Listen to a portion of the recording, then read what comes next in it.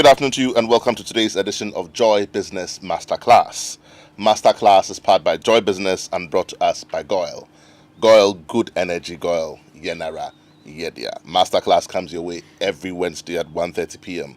and runs all the way through to 2:15 p.m. here on your superstation Joy 99.7. My name, as always, is Yaw Anim Barnafo, and I'm glad to be your host for today's edition of Masterclass.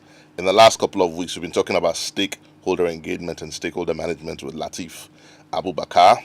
Today is the beginning of a new month, and so we're sort of bringing you information that will help all of our entrepreneurs and our business owners and our managers and our senior managers and our employees to bring the year to a close properly in your businesses. And we're bringing you some conversation and some information that will help you in this respect. Today, we want to talk about artificial intelligence in business. Artificial intelligence in business. There is so much talk of AI today in every sphere of our lives that it becomes a rather important conversation which you cannot do without. And getting close to the end of the year is one of those conversations that we want to sort of bring back, so that if you haven't begun to employ AI in your business already, we should begin to think of it as we take steps to plan for the coming year. How exactly are you going to play within that space? Your competitors are already playing in that space. If you're not there already, then what are the steps you can take to either benefit or leverage on the enterprise provisions that are already in place, so that your business can also be properly positioned? Back here in the studio for us with this conversation is someone I'd like to refer to as a friend of the show, Uncle Ebo Richardson. He likes to refer to as a transitional IT thought leader and a technology consultant. And Uncle Ebo, you're welcome to today's conversation. Thank you very much, Yaw. It's always a pleasure to be here. Indeed. I'm always excited to have you, because there's so much information that you have when it comes to this field of technology, and you kind of break it down in a way that makes the ordinary person like me understand and appreciate it. But whether or not we like it, we are in that whirlwind already. We're probably not at the vortex yet, but we're caught up in it already, and the wind is getting stronger. The wind of change is getting stronger. As we close the year, businesses across the world, businesses in Ghana who listen to this show and who learn from it, some have started and taking steps already in positioning their business to leverage on AI, Today, I think the most popular AI, thing we talk about is ChatGPT. But I find that people have downloaded this app in a way that sort of personalizes it even for them. And so they've named the chats according to themselves. So you find ChatGPT Peter, ChatGPT Anastasia, ChatGPT, and they've used it so much in, let's say, discussions and thought processes that machine learning has begun to take place. Yes. So that when ChatGPT Peter is asked a question on, let's say, choices of fabric for Christmas, that process is informed by previous such questions, to the extent that the person knows that, okay, the person asking me this question doesn't want more than 3 containers. They don't want more than this. They're not willing to spend more than $1 million. They're looking for colors which are in this area. So then machine learning is also taking place. Yes, for those who have started, how can we be helpful to them in this conversation? For those who have not started, for whom this is still a very long shot, how can we also be helpful to them in this process? Uncle Ebo has obliged us a couple of slides, so we're streaming live on Facebook. If you're not driving and you can watch the videos, by all means do log on Facebook as well, and we can follow the slides. But otherwise, let's share all the information we can. Awesome. Thank you very much. As I said, it's a pleasure always to be here to have conversations that will enrich our national discourse, as we usually do. AI is it's one of those things that we need to pay particular attention to for a number of reasons. I tend to think that it's about time that the whole conversation around AI enters our national discourse and our national consciousness in a slightly different way. So earlier on you said that, people are downloading ChatGPT, and there's all kind of tools out there that people are playing about with. And it really exploded earlier this year when what they call open API, generative API sort of really took off. But what I find is that most people are using these tools more as shiny toys. More as shiny toys and, for personalized discussions rather than to solve problems. And I think that's where we need to start having the conversations around AI and taking AI to. Because AI brings certain capabilities that if we harness them properly and we channel them properly, the possibilities are truly frightening, if I can put it in those terms. Okay.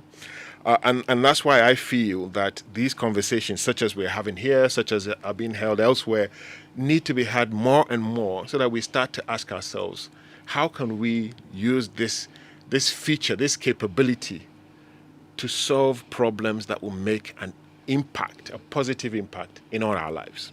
So, for instance, rather than just using ChatGPT to do essays and the like, can we use AI to tackle agricultural problems, to ask questions around how we can get better yield from our soil and be able to deliver on that and get better yield?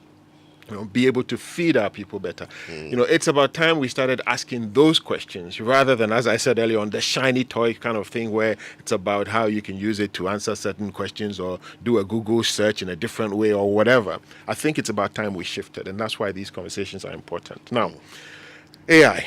I like to start with this quote, which is on my third slide. It's by Satya Nadella, who's the Microsoft Group CEO. And he made this profound statement. He said, AI is the runtime that is going to shape all of what we do. AI is the runtime that is going to shape all of what we do. All of what we do. All of what we do. So you have to look at it this way. The leaders in this space, the people who are creating the technologies that are governing and shaping all our lives, are seeing something. They are seeing that we're headed in a place or to a place where artificial intelligence and its related elements will be the mainstay of what we do. Now, imagine as individuals, you and I, our friends out there, or even as organizations, businesses, or even as a country, imagine if we don't take this thing seriously and we let it pass us by. And other countries take it seriously, other businesses elsewhere take it seriously, other individuals take it seriously. How can we compete? This is the question for us. So AI will shape everything that we do. How is it going to do that? It's going to do that because we have so much technology in our lives these days. As you sit there, my friend, you have the tablet, you have the phone, you're driving here, you have a car in which there are several microchips. Pretty much everything we do. People's houses these days have smart TVs that can listen to you during the course of the day and be able to offer you certain services based on what it heard. Some fridges are smart fridges. There's all kinds of things that have been availed to us via technology. What AI will do is it will overlay all of those things and bring them together in a very powerful way and enable us to be able to do things in ways that we never imagined. There's a point you just made, which and it's just by the way, I'm just asking this by the way. Are our phones listening? Some phones are. I mean, the fact of the matter is they have the capability to listen. But are they listening? If you don't set them up right, or if you don't secure them in a way, anybody whose app you've downloaded that has a listening capability can listen to you. Okay. Yeah. We'll come back to that. Let's stay on the AI business. Okay. All right. So, if you go to my fourth slide, which sort of outlines the whole AI conversation, there are a number of things that have taken AI to where it is today. AI is not new. Most people who have stumbled on the whole ChatGPT, OpenAI, generative AI conversation earlier this year tend to think that, AI just blew up. No, AI has been with us for a while. We've been doing AI for a number of years. A few years ago, when you go onto any website or any retail e-commerce website or anything like that, and you click on certain things, the next time you go, it makes certain recommendations based on your previous clicks. That's all AI. You've seen some of these chatbots that banks use these days. You go in, you can say, show me my balance and things, and it will show you. All of that have AI capabilities. So we have been using AI for a while. The difference now is that AI has been thrust into our consciousness because now it's direct. Now you are interacting with it personally, whereas before it was a capability behind something else that you were using. Yeah. So A very good example is the mapping that you see on Uber and Yango and those things. How these tools are able to say, okay, drive this route instead of that route because there's more traffic here. That's all AI. And we've been using these things for years, but we didn't realize it was AI because it was embedded, it was masked under something we used every day. Today, you go to an app and that app says, I'm AI, and you're able to use it in various ways. And that's why it seems like it's here now, but it's always been here. But the difference is that before we were doing things that we call weaker AI, where the AI capabilities were somewhat limited. Now we do strong AI, which has very powerful implications. There is something called the singularity. And the science fiction buffs out there will immediately start thinking singularity, which is a kind of a quantum thing in space or whatever, a time-based sort of mechanism. But in this context, singularity refers to the point in time where machine intelligence will outstrip human intelligence. Okay. In other words, the machines are going to become smarter than us. Correct. Right? That will happen. Well, it is projected to happen. Now, when I first found out about the singularity a few years back, they were projecting for that to happen around 2045, the mid-2040s. Because of the leaps we've seen in generative AI, open AI technologies, they're now suggesting that that time is around the mid-2030s, 10 years earlier than originally planned. That's the extent to which this thing has quickened, and that's the pace at which we are moving. So it is both exciting and terrifying in equal measure. I was going to say, terrifying. Because the possibilities are untold. And do you want to get left behind? That's the question. So when I always tell this story, when I went to university and I was learning computer science and they were showing us what a computer basically is, it's a kind of a processing box. It's a processing system that takes certain inputs and then churns out certain outputs. So you put a mouse or a keyboard clicking and you see certain outputs. And this is how computers have been for a long time. As they've become more powerful, they're able to process more and more quicker, etc. But it's still basically input, processing, output. And the output is maybe the things that you see on your screen or the printout, or those are all outputs.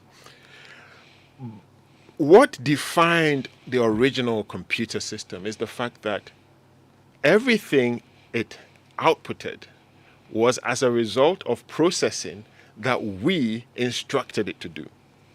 So we gave it instructions to say, if somebody types in this, or somebody clicks the left mouse button, then change the screen to blue. That's we telling it to do that. And we've been doing that since, God knows, 40s, 1940s, 1950s. AI is a different kettle of fish. AI tries to create a space, a possibility, an algorithmic space for the machine to learn certain things by itself. So it's almost like we are creating babies now. You give birth to the baby starts to learn, okay, I need to crawl, I need to stand, I need to do this. That's what we are doing with AI. So all of a sudden, we're not just inputting, processing, and outputting. We're creating a myriad of inputs, all different kinds of inputs, even senses, even images as inputs. And now we're saying, do something with this. Do something with this. An example I like to give is, let's say, a robot. Before, you would tell the robot, move 100 meters to the north. And when you get there, stop and turn left. It will do that. Today, it's a different conversation. Today, you say to the machine, you are standing in 100 by 100 square meter floor. Mm-hmm. You can go left, right, north, or south. Mm-hmm. Right. You have senses to be able to see if there's something blocking your path. If there's something blocking your path, stop and take a different path. Now, that's what you tell the machine. And the machine now can go in all different directions and learns, adds to its own database as it moves around. This is what AI is.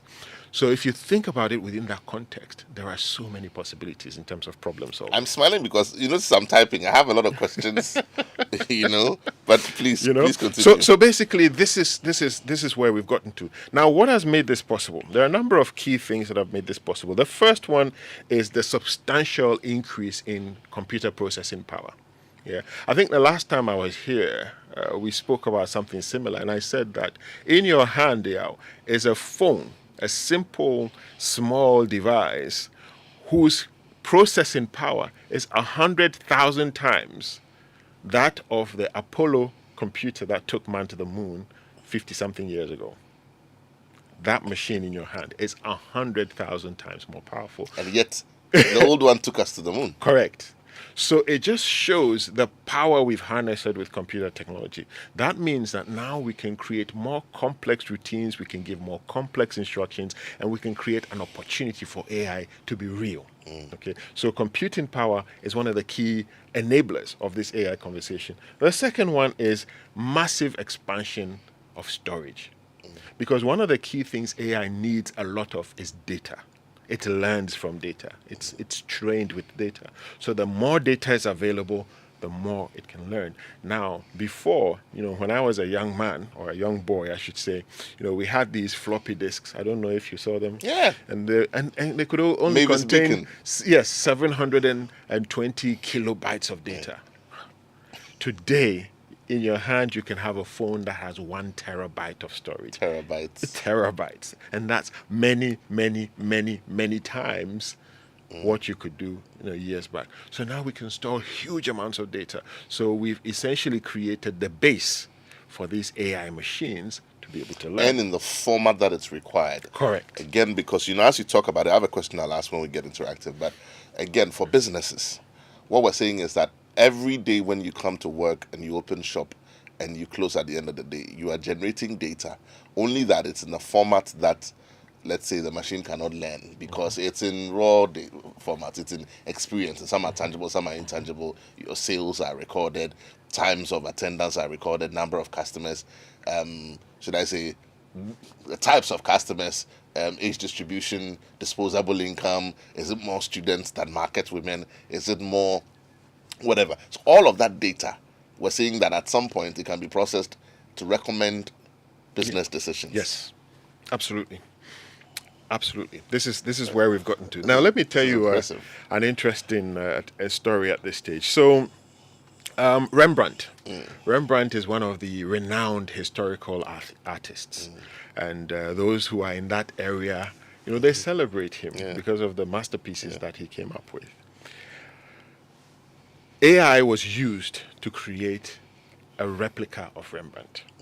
Okay, how they did it is they took over 300 pieces of Rembrandt paintings, and they used these very clever scanning devices to scan the images into an AI machine, and they asked the AI to basically review the brush strokes, the use of color, etc., of all those paintings and come up with a replica. And they instructed the machine to draw a man between 40 and 50 years of age wearing a dark cloak and a hat. And it did, in a Rembrandt style.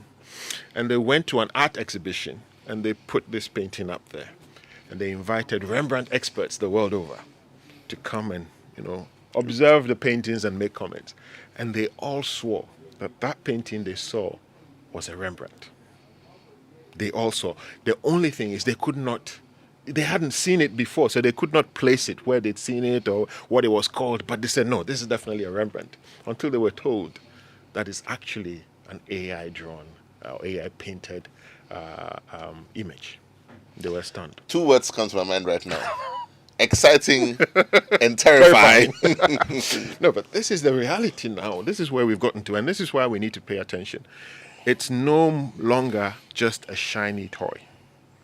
It has profound capabilities. Now, are we going to sit there and be bypassed when we can use these profound capabilities to address some of the acute problems that we have in our country? For instance, what materials might we use that are cost effective to ply our roads so that they don't fall apart so quickly after they've been done.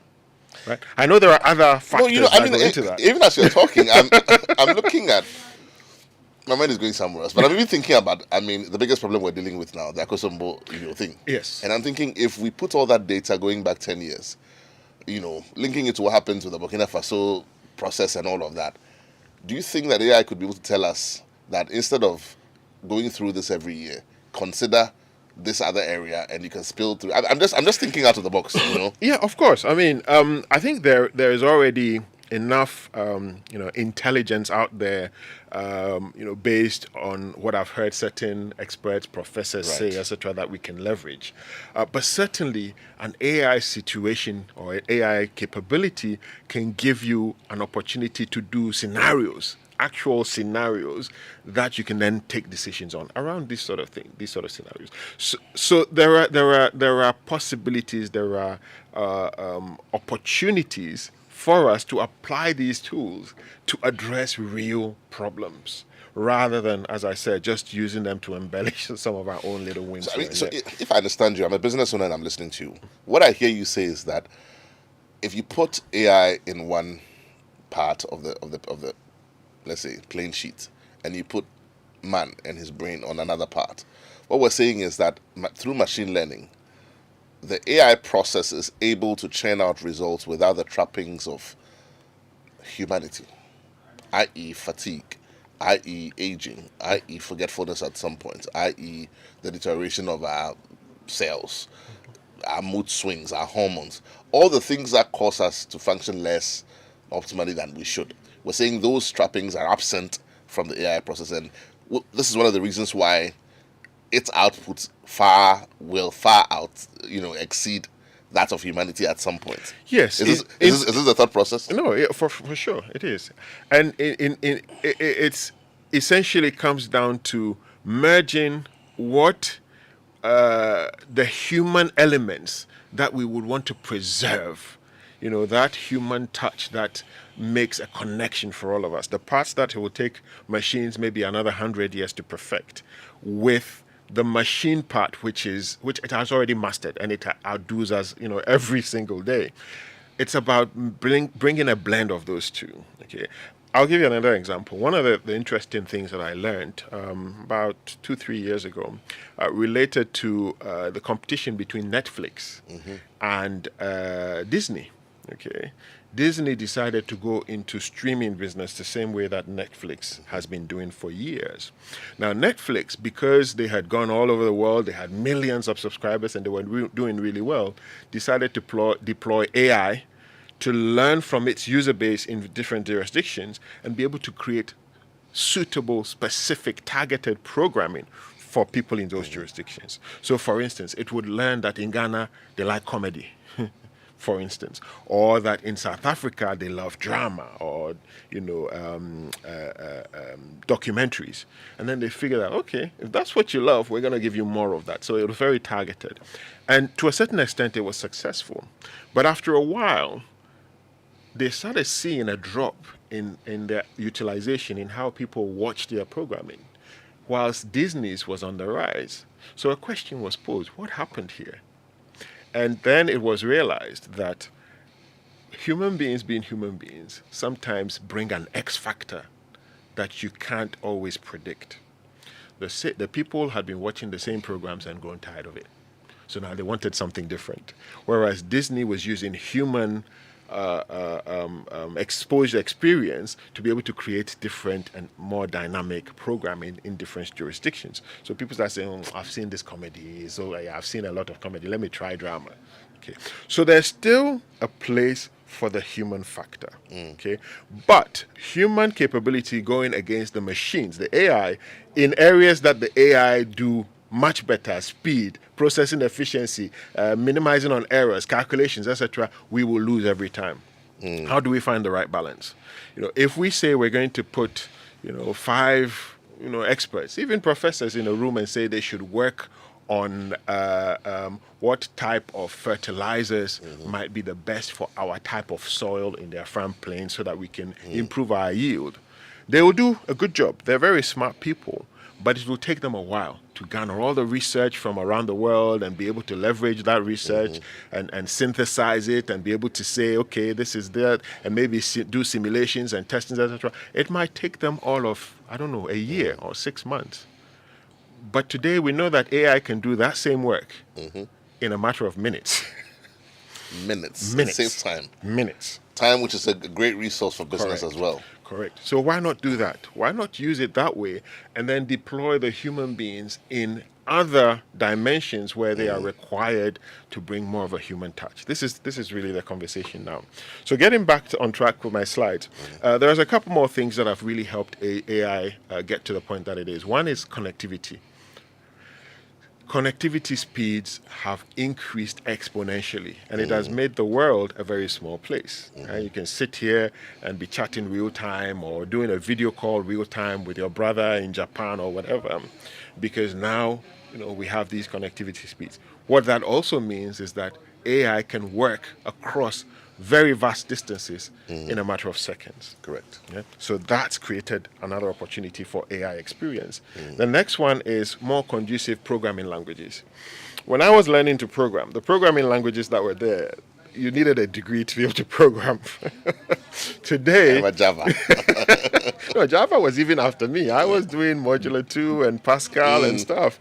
Today, the people who do programming, some of them use certain complex languages, but some too can have, very simple, even voice, speech translated programming is available. So all of that has opened doors that we didn't have before.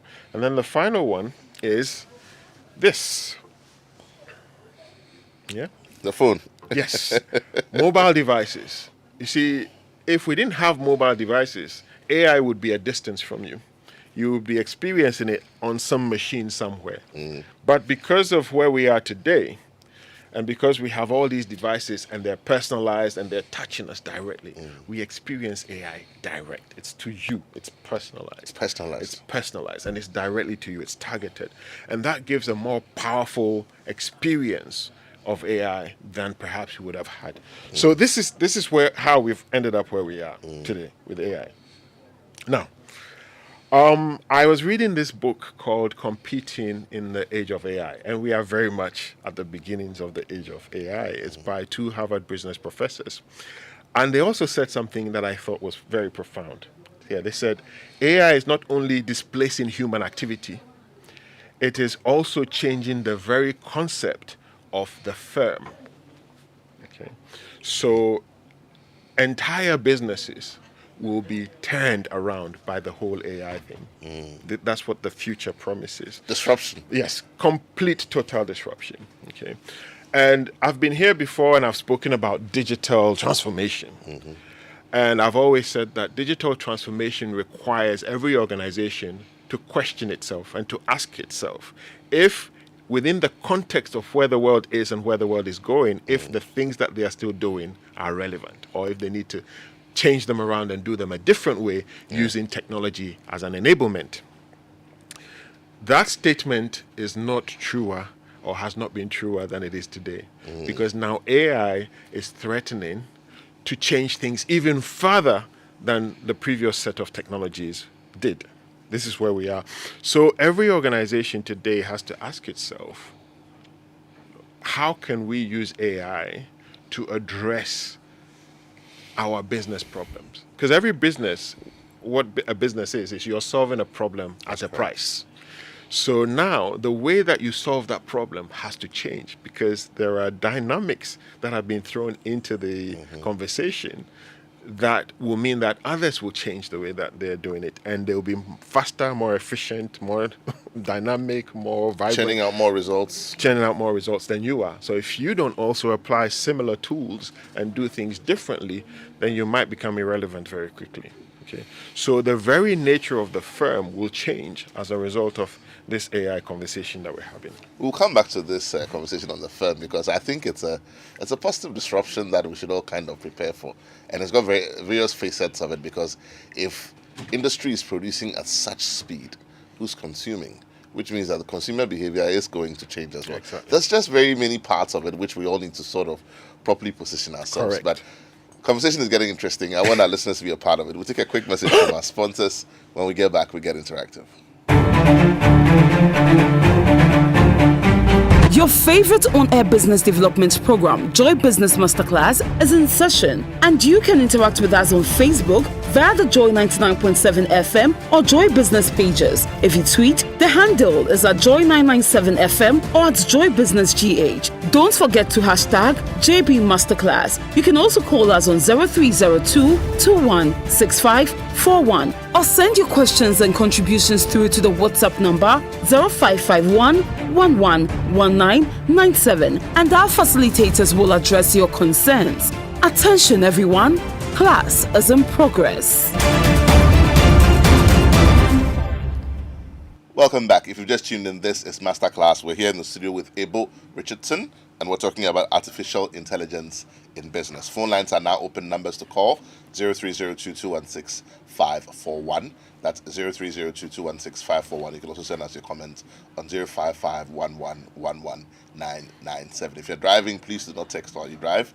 We definitely want you to arrive alive, but otherwise send us a comment on 05511119997. Or pick up that phone and give us a call on 0302216541.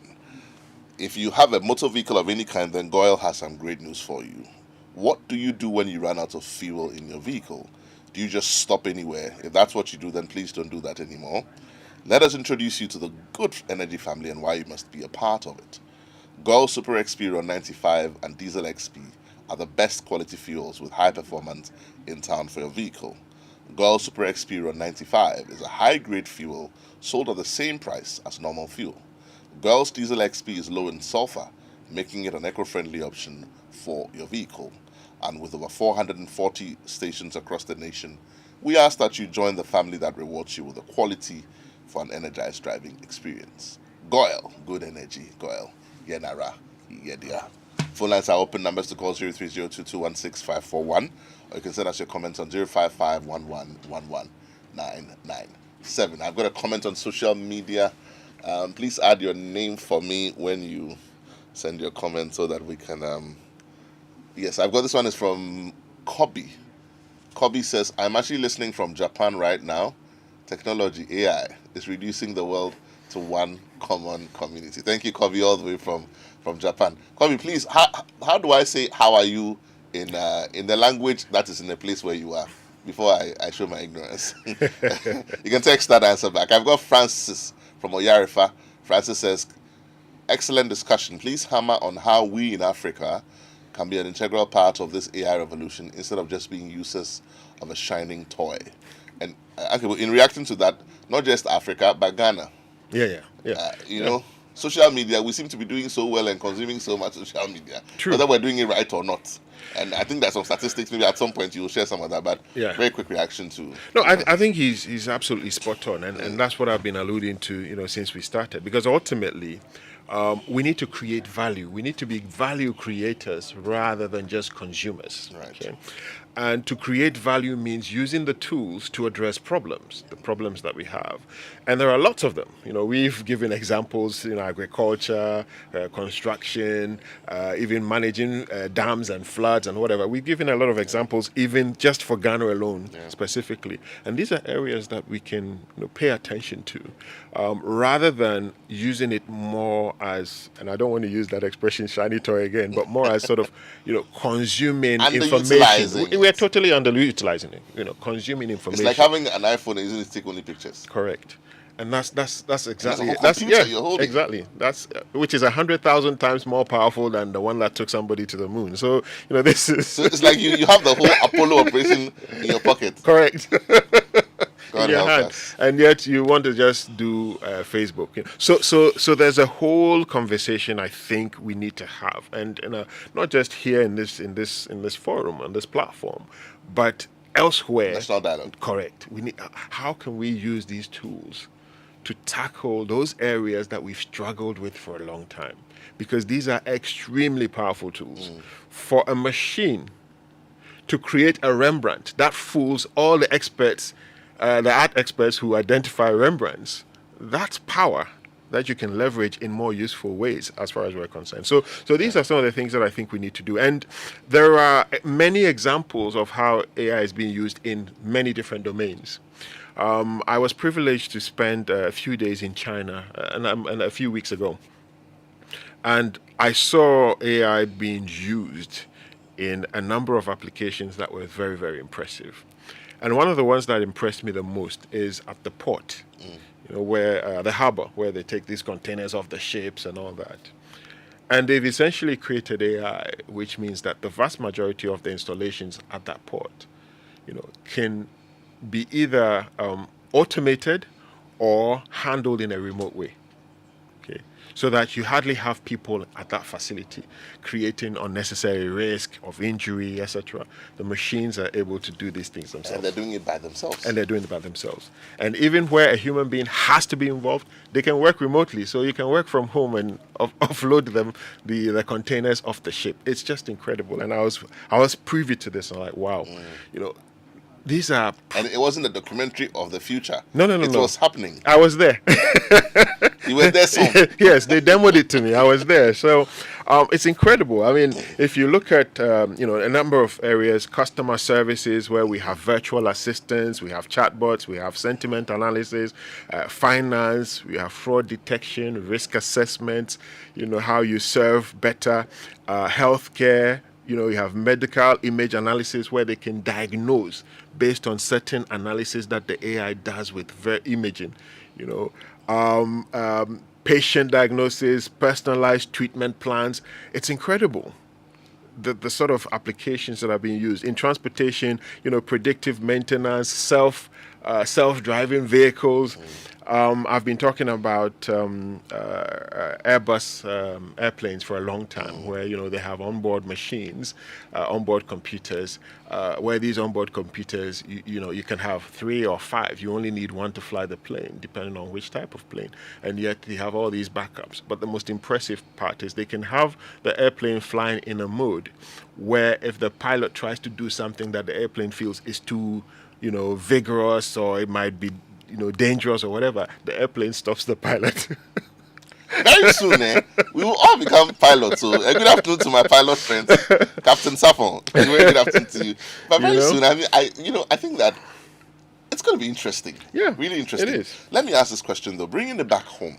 Sometimes when we talk about all of these innovations in AI, brilliant. We must have a national dialogue. We must have the platforms. But the world has already taken the lead, and is providing some kind of support already, where businesses ahead of the national conversation can begin to leverage on that. Correct. So let's say I'm a shoe importer. I'm a fast food joint in Accra. I'm a rice importer. Christmas is coming. There are different, let's say, sizes of rice, types of rice, and my customers. There is data that we are sitting on. We didn't even have to wait for AI. Analysis could help us with that. Correct. But how can a business owner in Makola, between now and December, leverage on this AI conversation? Where do they start from? So that we can leverage on it even for the very basic things such as trend analysis. Yeah. Okay. Excuse me. So I think basic users will need to get some help. Okay, because even though we have these interfaces now like ChatGPT that are very user-friendly, relatively simple, and you have access to it as an individual. To be able to draw a lot of the power from these machines, you need somebody who knows a bit more about what they're doing. Okay. So if you can connect to such people, that would help. But just looking at the basics, for instance, if you have the prompt, and you can write the right sort of a suitable query, if I can use that, request is a better word. Then if you are a rice importer in Makola or whatever, you can start to ask, okay, what is global geopolitics? How is global geopolitics going to affect rice production, rice sales? This Israel Hamas thing, will it have an impact on the flow of this product? Because that kind of information, to your point, is already out there. It's about synthesizing it within the specific context that you have of your personal process. Correct. And then saying, okay, so what's that likely to look like? So in the next 6 months, because the ships are not moving as a result of a blockage of the route, or because of increase in prices, or because of that, or because the pilots are on strike, Yes. it will affect production. Correct. Supply will drop by 30%. Yes, the supply chain will be affected by X percentage, as you're saying. That means prices might go up. So maybe you need to consider sourcing from a different part of the. These are the kind of questions that can be answered effectively with these kind of tools. Let's even talk about utilization data. So, this may be above the heads of, some of our business owners, not all, some. But I'm saying that even for the person who has been selling the whole year from January to December or to November, today is the 1st of November, there's data to be gathered which is indicative of what to do for the month of December. That's what I want to dwell on. You've been selling shoes. People buy different kinds of shoes. Nuesa Shoes, good afternoon to you. You were here with us here on the show. And so you want to know what is a propensity for people to order a certain design. Yes. Based on what they have bought from beginning of year till now. Yes. That is the kind of information I'm looking for. So, that kind of AI is already there. Remember earlier when I said that, for most of us, we visit an e-commerce site or even Facebook or, a lot of these. Analytics are there. Yeah, they're already there. They target things at you based on, trends, based on what you clicked on, based on, other information that you typed in somewhere else. It's already out there. Even personal assistants, Google Assistant, Siri, Alexa, they follow you, they listen to you, and they're able to make certain recommendations based on what they're learning from you. Somebody said they are concerned. Sometimes you're talking to somebody else and they say, hello, can I help you? Exactly. So these capabilities are already out there. Right. It's just a function of putting in the right inputs in order to get the specific outputs that you're looking for. And I think that's where maybe we need to focus that conversation, at least the beginnings of that conversation. How can we help more people to be able to do that? Right. So as a business owner, these things are available. Get help. Get somebody who is into, let's say, digital marketing or digital analysis. These guys are all around. They will help you to find data. There's data on 2023, which is available. It shows you the number of people who have devices. In Ghana, is beyond 99.6%. People have access to digital devices. We are 33.3 million population. This is as of January 2023. And there's so much information available that can help you to make your decisions. I've got one more comment on social media. Okay, two more comments. This one says, good afternoon, Masterclass. How can I apply AI to my construction and facility management company? Harrison. Good afternoon, Harrison. Okay, what do you want to take that? Yeah, so Harrison, good afternoon. So I think you probably need to have a more in-depth conversation so that we can provide some specific support for you. But ultimately, it depends on what you're trying to answer. So which part of your construction business are you looking at improving with AI?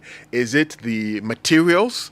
Is it the sales, commercial activity? Depending on which part, then the answers can be provided. Because if, for instance, you want to find the most cost-effective materials so that your margins are improved or you can pass on savings to customers, then it's a different conversation. It's about how do you source those materials. It's about whether or not those materials can be sourced locally in this country, etc. And those are questions that with available data, answers can be provided. So I would urge you, maybe you can sort of get in touch and I can connect you to some people who can advise you, that sort of thing, and so that you can take this up. But essentially, it's about that opportunity, that chance of being able to answer those specific questions by using available data, synthesizing available data using AI.